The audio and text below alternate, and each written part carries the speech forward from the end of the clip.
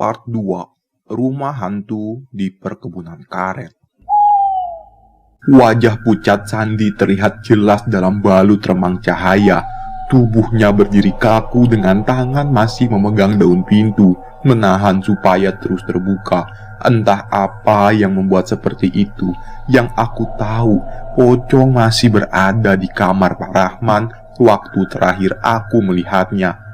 Apakah Sandi melihat hal lain lagi yang menyeramkan? Aku belum tahu. Aku yang duduk di atas tempat tidur masih merasakan ketakutan sisa kejadian sebelumnya. Agak sedikit penasaran, ingin tahu apa yang sebenarnya sedang dilihat Sandi. "San?" Dengan suara pelan aku memanggil. Sandi tetap diam saja, tidak bersuara. "Sandi!"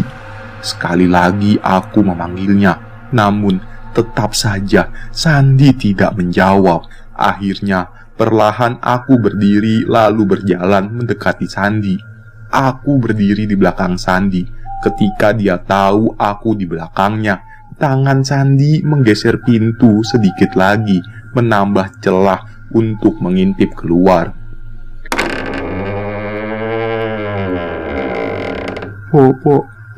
Pocong di depan lemari. Suara Sandi terbata-bata, nyaris berbisik dia bilang begitu. Suasana ruang tengah sudah lebih gelap dibandingkan sebelum ketika aku ke kamar mandi tadi. Entah kenapa, aku lalu mengarahkan pandangan ke tempat yang Sandi maksud, depan lemari. Lemari kayu besar, berwarna gelap. Lemari yang lebih tepat disebut lemari pajangan. Letaknya di sudut belakang ruang tengah, menempel ke dinding yang membatasi ruang tengah dengan dapur. Aku terus mencoba untuk menajamkan penglihatan. Remangnya sungguh membatasi pandangan. "Gue nggak lihat, San," ucapku sangat pelan. "Pojok dok, deket jendela." "Deket jendela, baiklah. Berarti aku harus menggeser pandangan ke kanan. Letak di mana jendela besar berada ya." Detik berikutnya, walau samar masih membalut, perlahan aku mulai bisa menangkap objek yang Sandi maksud. Di pojok ruangan, di depan lemari dekat jendela, aku melihat sosok tinggi besar berbungkus kain putih kusam dengan ikatan di beberapa bagian. Iya, aku melihat pocong. Bagian wajahnya hanya terlihat hitam gelap. Pocong itu diam berdiri seperti memperhatikan kami yang tengah ketakutan mengintip dari balik pintu. Belasan detik kami habiskan dalam diam, meregang nyali tenggelam dalam ketakutan. Ruang tengah menyemburkan suasana mencekam, menusuk sampai ke rongga batin. Gak ada yang bisa kami lakukan. "Tutup pintunya, San." Akhirnya aku bicara sangat pelan. Tanpa menjawab, Sandi lalu mulai menutup pintu. Tapi sebelum pintu benar-benar tertutup, kami melihat pemandangan yang sungguh sangat membuat ingin menangis. Ternyata pocong mulai bergerak perlahan, maju mendekat ke pintu kamar. "Cepetan tutup, San," aku bilang begitu supaya Sandi bergegas menutup pintu. Dan akhirnya pintu tertutup. Tapi tiba-tiba kami mendengar suara yang menyeramkan itu lagi. Sangat jelas, sumbernya seperti berada persis di balik pintu. Kemudian kami melangkah mundur untuk menjauhi pintu. Bukan di atas tempat tidur, tapi kami lebih memilih untuk duduk di lantai, tepat di bawah jendela kamar. Di sudut itu kami lanjut diam dalam cengkram ketakutan. Jendela kamar yang tepat berada di atas kepala, terbuat dari kayu yang memiliki rongga-rongga memanjang untuk sirkulasi udara, sesuai dengan fungsinya. Melalui rongga-rongga ini, angin malam yang dingin mencekat masuk semilir, hembusannya meniup tengkuk. Kami yang masih terkungkung kecemasan, semakin tenggelam dalam cekam yang terdalam, terus memandang ke pintu, berharap tetap terus tertutup. Di bawah pintu kamar ada sedikit celah, Lebarnya mungkin hanya 1 cm, tapi dari celah kecil itu sesekali kami melihat ada bayangan berkelebatan, seperti ada sosok yang mondar-mandir di ruangan tengah. Sekali lagi kami hanya terdiam. Gue gak tahan, Dok. Mendingan kita dari sini cabut aja yuk. Cabut kemana? Ini kita di tengah antah berantah loh, jawabku. Kita kabur lewat jendela. Nyaris berbisik, aku dan Sandi akhirnya terlibat percakapan. Terbesit sedikit keinginan untuk ikut ajakan Sandi kabur keluar melalui jendela. Tapi timbul pertanyaan berikutnya, akan kemana kami pergi, ditambah harus berjalan kaki, karena mustahil naik motor karena kuncinya ada di ruang tengah. Enggak, San, enggak bisa. Kita enggak tahu harus kemana, jawabku. Tapi masa kita mau di sini terus sih? Seram, Dok. Nada bicara Sandi semakin gemetaran. Sangat jelas dia menahan tangis ketakutan. Aku meraih jam tangan di tempat tidur. Jarum pendeknya menunjuk ke angka 2 kurang sedikit. Sebenarnya hanya beberapa jam saja waktu subuh tiba, tapi tampaknya waktu akan berjalan sangat lamban. Sekali lagi, suara itu muncul setelah beberapa belas menit lamanya tidak kedengaran. Kali ini sepertinya sumber suara sedikit menjauh, gak lagi tepat di balik pintu. Suasana kembali mencekam. Aku mengernyitkan dahi memandang ke arah Sandi, bertanya-tanya ketika tiba-tiba terdengar suara pintu terbuka. Tapi bukan pintu kamar. Lalu pintu mana? Sepertinya pintu depan. Tapi siapa yang membukanya? Hening kembali terjadi. Suara malam menyeruk sepi. Tiba-tiba suara pintu terdengar lagi, tapi kali ini diikuti dengan suara. Bantingan pintu mengagetkan kami berdua. Lagi-lagi hening, benar-benar hening. Suara serangga malam pun tidak ada yang kedengaran. Berikutnya, dari kejauhan, kami mendengar lolongan panjang anjing hutan. Suaranya memecah sunyi, menambah cekam. Gak ada lagi penampakan dan pergerakan seram. Beberapa jam berikutnya, kami terus menikmati suasana seperti itu sampai subuh menjelang. Terornya menusuk sampai ke nadi, melumat meremukkan nyali. Suara perbincangan Sandi dan Pak Rahman yang sesekali diselingi gelak tawa terdengar dari ruang tengah, membangunkan aku dari tidur. Melirik ke jam tangan, ternyata sudah jam 8 pagi. Jendela kamar terbuka lebar, mentari menyerbakan sinarnya, menyentuh setiap sudut kamar, menghangatkan. Suara burung sedang bercengkrama di ranting pohon terdengar riang. Beberapa di antaranya terlihat mengintip memperhatikan aku yang masih berselimut di atas tempat tidur. Sungguh merupakan pagi yang sangat indah buatku. Udara bersih dan sejuk terhirup tanpa polusi, menyegarkan raga, membersihkan jiwa. Keadaan yang sangat jarang aku dapatkan di Jakarta, hampir mustahil. Mengesampingkan peristiwa yang baru saja aku dan Sandi alami semalam, suasana pagi di perkebunan karet ini sangat menyenangkan. Ya, itu tadi, menyejukkan.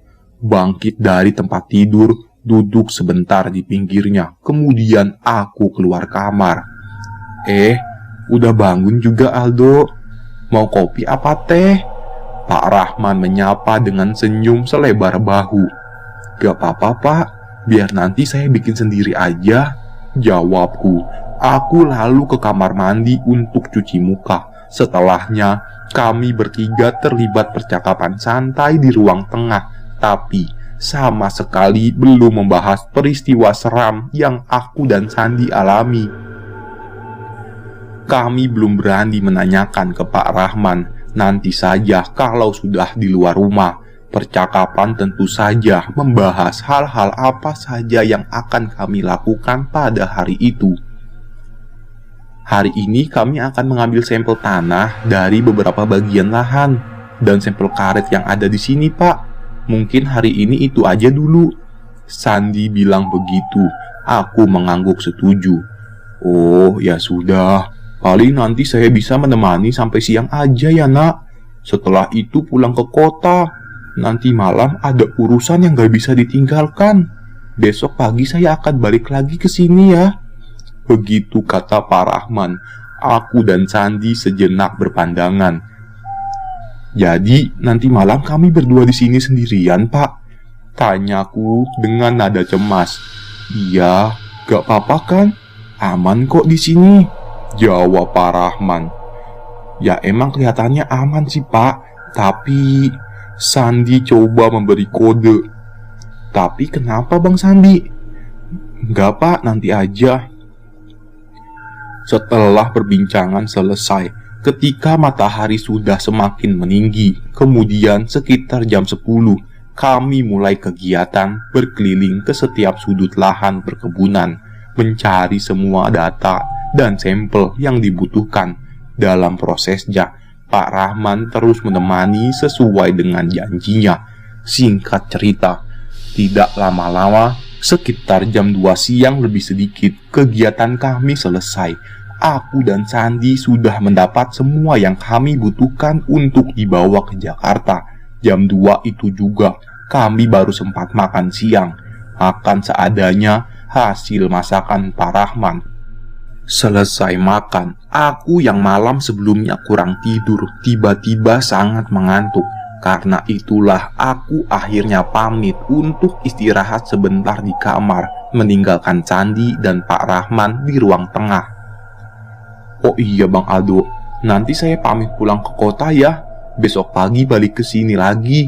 Begitu Pak Rahman bilang sebelum aku masuk kamar.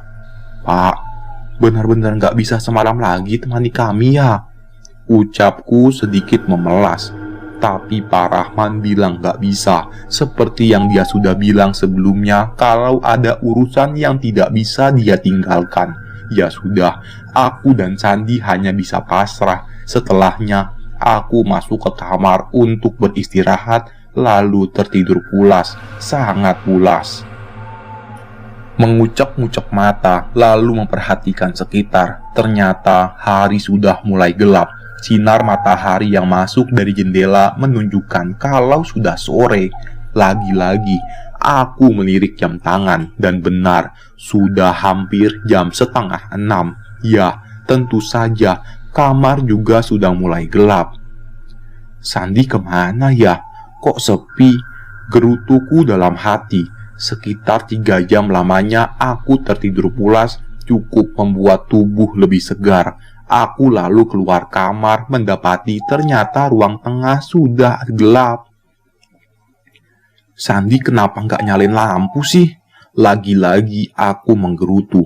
Tentu saja, yang pertama kali aku lakukan adalah menyalakan lampu petromak ruang tengah. Setelah itu menyalakan lampu lainnya, lampu kamar, dapur, juga lampu teras. Nah, ketika ruang tengah sudah terang, aku melihat ada secari kertas di meja. Di kertas itu ada tulisan tangan Sandi, isinya begini. Dok, gue ke kota dulu ya, mau beli barang-barang keperluan kita. Ikut Pak Rahman sekalian, tenang aja. Sebelum malam gue udah balik lagi. Begitu isi pesan Sandi. Ah, sialan, gue ditinggal sendirian. Tega banget tuh orang. Setelah membaca pesan itu, aku amat sangat berharap kalau Sandi akan memenuhi janjinya, datang sebelum malam. Tapi ini sudah nyaris jam 6, gelap mulai menutupi perkebunan. Waktu maghrib tiba, aku langsung menuju kamar mandi untuk berwudu. Beberapa timbaan air dari dalam sumur aku lakukan untuk memenuhi bak. Entahlah berapa dalamnya sumur ini, ditambah karena hari sudah gelap, aku jadi tidak bisa melihat dasarnya. Selesai berwudu, aku langsung menunaikan sholat di depan kamar. Kekhusyuan ibadah sejenak dapat melupakan semua perasaan takut dan cemas yang aku rasakan sejak kemarin. Akhirnya, malam benar-benar tiba. Sudah jam 7 lewat, belum ada tanda-tanda kedatangan Sandi. Aku menunggunya di teras depan sambil terus menatap perkebunan karet yang tentu saja sudah gelap gulita. Tapi malam ini sedikit berbeda. Ternyata langitnya cerah penuh bintang, ditambah sesekali terlihat muncul rembulan dari sela-sela rindangnya pepohonan. Sepertinya gak ada awan yang menghalangi penampakannya. Suasana seperti itu sejenak aku bisa melupakan kalau sebenarnya sedang berada sendirian di tengah tempat antah berantah seperti ini. Seharusnya sudah saatnya makan malam, tapi aku tidak merasa lapar, lebih memilih untuk merokok dan minum kopi di teras sambil menunggu kedatangan Sandi. Tapi entah sudah berapa batang rokok yang sudah aku habiskan, Sandi belum juga datang. Jam 9:15. Udara yang sejuk sore tadi tidak ada pergerakan. Kali ini perlahan bertiup. Semilir angin mulai menerpa tubuh dan wajah cukup dingin. Langit dan rembulan yang tadinya sedikit memberi serpihan cahaya perlahan meredup. Bayang-bayang pepohonan karet yang awalnya dapat terlihat hingga ke barisan cukup jauh, perlahan semakin gelap. Aku hanya bisa melihat barisan siluet tipis pekat. Gila, kemana sih Sandi? Belum nongol juga tuh orang. Aku terus menggerutu.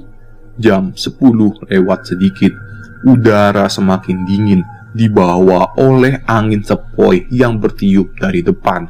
Pemandangan jangan ditanya lagi, langit sudah gelap total, bintang sama sekali tidak tampak, rembulan sepertinya tertutup awan, jadi malam semakin pekat.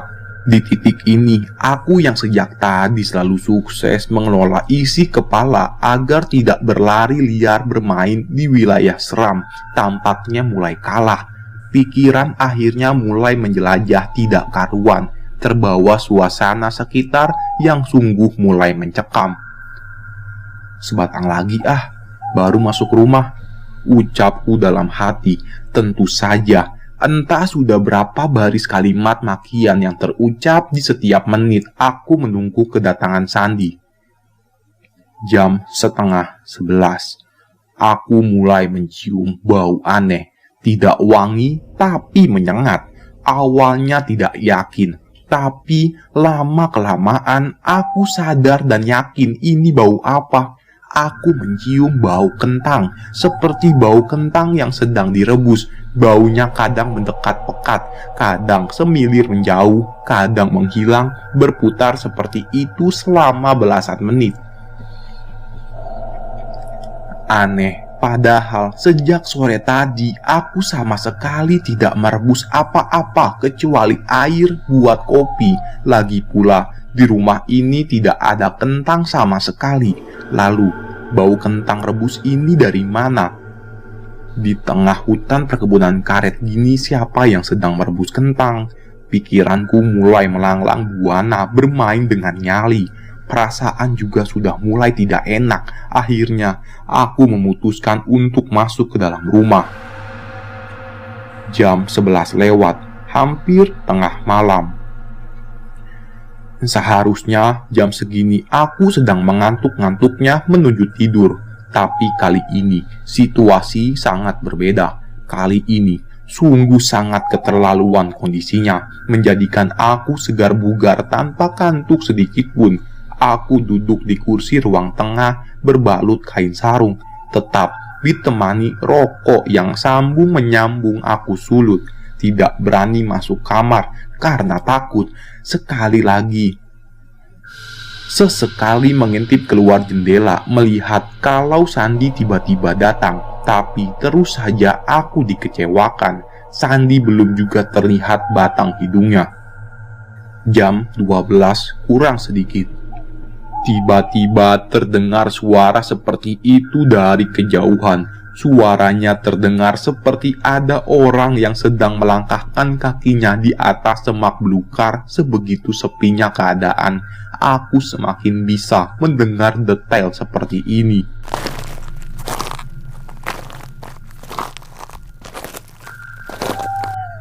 terdengar lagi. Setelah beberapa kali aku semakin yakin kalau itu memang benar suara langkah kaki. Apa itu Sandi? Tapi kan dia bawa motor ke kota, kenapa kembalinya jalan kaki? Sepertinya tidak mungkin. Ataukah itu penduduk dari desa terdekat?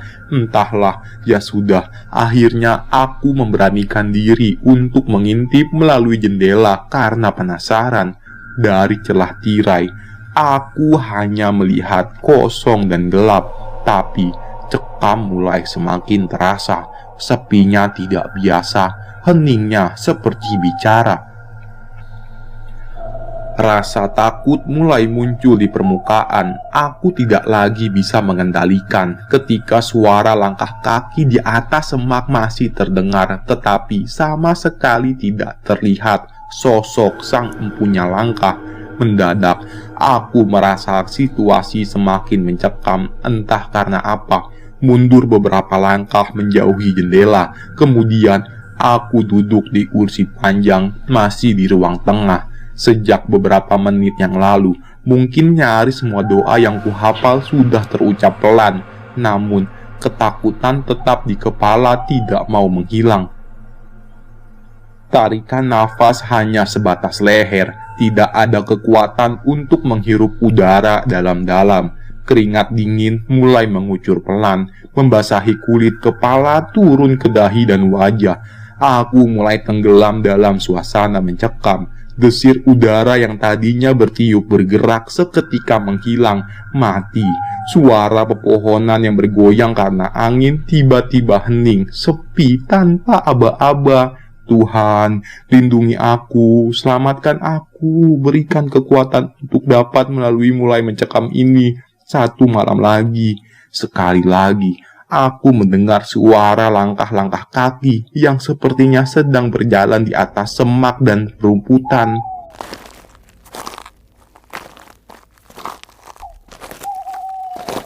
Awalnya terdengar jauh, namun semakin lama semakin mendekat, dan akhirnya seperti berhenti tepat di depan rumah.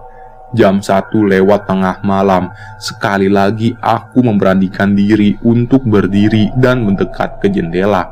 Ingin tahu ada apa sebenarnya di luar, suara langkah kaki siapa yang ada di halaman.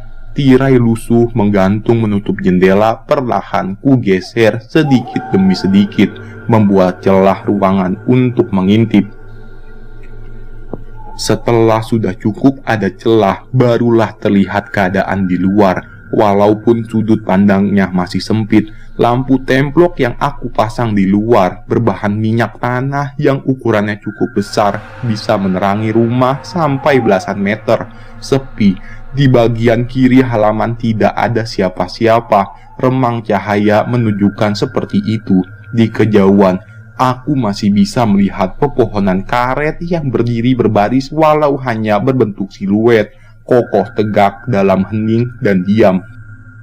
Kemudian aku menggeser sudut pandang ke bagian tengah halaman. Ternyata sama saja, hanya kosong sepi di tengah remang cahaya. Rasa takut yang kurasakan beberapa detik ke belakang sudah sedikit mereda. Tiba-tiba kembali mencuat lagi memenuhi isi kepala ketika pandangan mulai bergeser ke sebelah kanan, persis di depan rumah. Di situ aku melihat pemandangan yang sangat menyeramkan, pemandangan samar tapi masih terpampang. Memincingkan mata, menguceknya sekali lagi, berusaha menajamkan penglihatan supaya bisa menembus gelap. Beberapa belas detik kemudian, barulah aku bisa menangkap cukup jelas, melihat dengan mata kepala sendiri yang sejak tadi membuat penasaran. Seketika, detak jantung seperti berhenti, desir aliran darah mengalir pelan, bulu kuduk berdiri. Aku kembali tercekat ketakutan ketika melihat ada beberapa sosok sedang berdiri di dalam gelap. Benar, di antara pepohonan karet ada beberapa sosok bentuk seperti manusia. Entahlah, mungkin jumlahnya 6 atau 8. Aku belum bisa memastikan dengan jumlahnya. Bentuk pastinya pun aku masih belum yakin karena masih berbentuk siluet bayangan hitam. Aku yang sangat ketakutan masih terus terpaku melihat mereka, coba mencerna dan lebih jelas lagi menangkap bentuk sosok-sosok itu. Tangan masih tetap menahan tirai jendela, penjaga supaya bisa terus ada celah untuk melihat luar. Setelah mungkin 1 menit kemudian, barulah pandangan bisa menangkap semuanya. Beberapa sosok ini berdiri 2 baris ke belakang, entah berapa jumlahnya, karena yang di belakang tertutup gelap pekat. Aku hanya bisa melihat cukup jelas hanya 3 atau 4 di barisan depan. Tapi yang pasti, aku bisa sangat jelas melihat sosok-sosok yang berada di depan karena jaraknya paling dekat dengan aku. Mereka terlihat sedang menggotong sesuatu. Setelah aku pertegas dan pastikan lagi, ternyata mereka sedang membopong keranda mayat. Mereka berdiri diam menghadap ke rumah. Iya, hanya itu yang mereka lakukan, berdiri diam sambil membopong keranda jenazah. Aku tercekat-cekam, tidak mampu menelan ludah sendiri, ketakutan. Sampai akhirnya, aku memutuskan untuk melangkah mundur menjauhi jendela. Ketika tiba-tiba melihat mereka mulai bergerak, beberapa sosok itu bergerak maju, melangkah seperti melayang pelan mendekat ke pintu rumah. Ya Allah, aku berdiri di sudut ruang tengah dalam remang cahaya petromak yang mulai kehabisan bahan bakar. Keringat dingin mengucur, tubuh mulai gemetaran, terus memandang ke arah pintu, berharap semoga tidak ada yang membukanya dari luar. Tapi harapan hanya tinggal harapan, karena aku melihat kalau gagang pintu mulai bergerak-gerak dengan sendirinya, seperti ada yang sedang coba membukanya dari luar. Diam terpaku, hanya itu yang bisa aku lakukan. Beberapa belas detik kemudian, hal yang paling aku takutkan sejak tadi akhirnya terjadi. Pintu rumah mulai terbuka perlahan. Benar, ada yang sedang berusaha membukanya dari luar. Refleks, aku lalu bergegas mengambil kunci motor yang tergeletak di atas meja. Aku berniat untuk melarikan diri lewat pintu belakang. Ketika sedang melangkah menuju pintu belakang, aku melirik ke pintu depan. Saat itulah aku melihat pemandangan sangat seram. Pintu depan sudah terbuka lebar. Di situ aku melihat sosok-sosok seram yang sebelumnya ada di halaman. Satu persatu mulai masuk ke dalam rumah. Sudah, aku tidak tahan lagi, langsung membuka pintu belakang lalu berlari ke samping rumah. Di situ motorku terparkir. Dalam gelap, pelan-pelan aku mendorong motor menuju jalan setapak depan rumah. Sebisa mungkin tidak menghasilkan suara sedikit pun.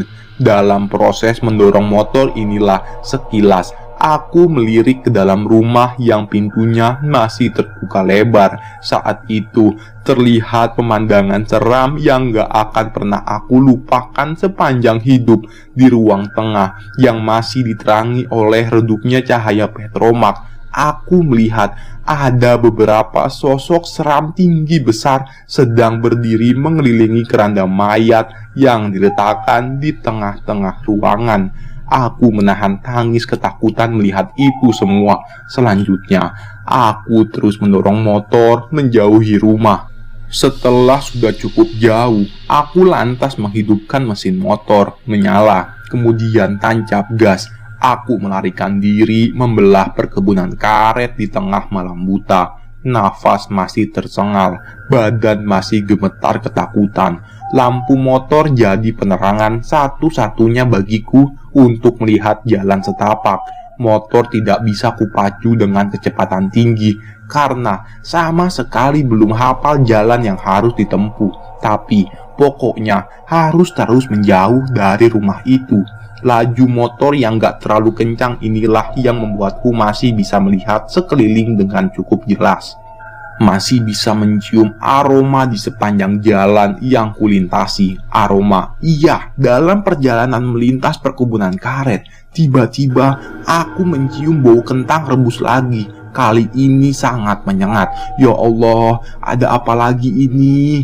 Bau kentang rebus semakin tercium sampai ketika akhirnya aku melihat ada sesuatu beberapa belas meter di depan aku, di sebelah kanan jalan yang tengah aku lalui. Aku melihat ada sosok yang awalnya samar, tapi lama-kelamaan semakin jelas. Sosok itu berdiri tegak, diam, menyeramkan. Setelah sudah dekat dan semakin dekat lagi, akhirnya aku bisa melihat dengan jelas. Di bawah sorot lampu motor dengan sangat jelas, aku melihat ada sosok pocong sedang berdiri di pinggir jalan, di bawah pepohonan karet. Pocong itu diam, namun seperti memperhatikan. Aku takut. Aku ketakutan, merinding, sampai akhirnya pocong itu benar-benar sudah berada di samping kanan. Panik. Aku langsung memacu motor lebih cepat lagi karena keadaan semakin gelap, ditambah kondisi jalan yang belum aku kenal sama sekali. Akhirnya, sesuatu yang aku takutkan sejak tadi terjadi. Entah apa penyebabnya. Tiba-tiba, aku terjatuh dari motor. Hentakan yang cukup keras membuat aku tidak sadarkan diri setelahnya. Tapi, sebelum benar-benar tidak sadar, sekilas aku melihat kalau pocong tadi seperti bergerak mendekat ke tempat aku tergeletak. Setelah itu, aku tidak ingat apa-apa lagi. Semuanya menjadi gelap. "Dok, bangun dok." Aku mendengar Sandi. Hari sudah gelap. Di sekelilingku sudah berdiri beberapa orang yang wajahnya tidak aku kenal, kecuali Sandi dan Pak Rahman. Singkat cerita, ternyata aku ditemukan pagi-pagi oleh Sandi, Pak Rahman, dan beberapa orang dari desa terdekat setelah mereka mendapati rumah perkebunan karet tempat kami tinggal dalam keadaan kosong. Setelah itu pula akhirnya aku jadi tahu alasan kenapa Sandi tidak datang malam itu. Ternyata dia juga tersesat di perkebunan karet, mengalami juga peristiwa paling seram yang pernah dialami dalam hidup. Bersambung.